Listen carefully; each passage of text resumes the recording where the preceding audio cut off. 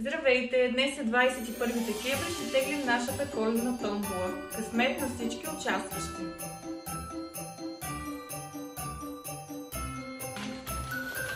Има доста участници. Много. Стеглихме един предварително. Първият победител, който ще теглим, е за измиване и сушаване с сешоар, прав сешоар или на четки. Късмет!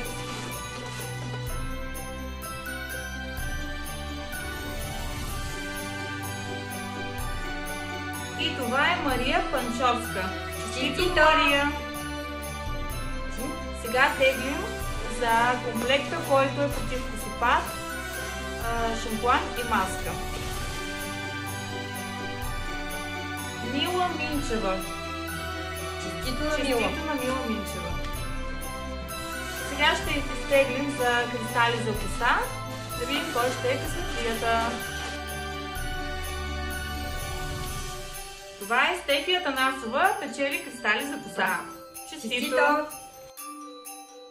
И последната награда, която е при мен, това са 3 подхранващи ампули с минерални олия, действат на косата много добре, против цъфтежи и сухи краища.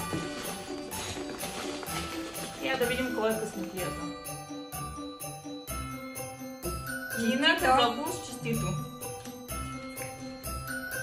Така. Сега моята колежка Криси ще тегли за нещата, които са при маникюр. Късмет на всички. Гел или гел-лак.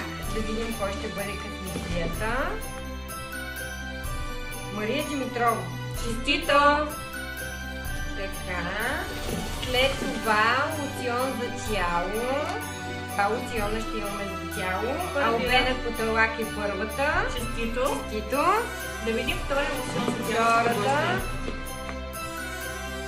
Ирена Дерелиева. Да, честито на Ирена. Така, следващата награда е крем за ръце. Ето, колежката не гледа какво тегли. Изобщо не. Крем за ръце с пиличка. Румяна Читалова. Честито! И следващото пак крем за ръчички с пиличка. Сега да видим кой е. Милена Попова. Честито на Милена. Следващото, което беше терапия за ръце с етерични масла, страхотна терапия на Теодора Рангова. Честито, Теди! Честито! Това е от нас. Това беше нашата томбола. Благодаря на всички участници. Весели празници от нас! Чао, чао! Чао!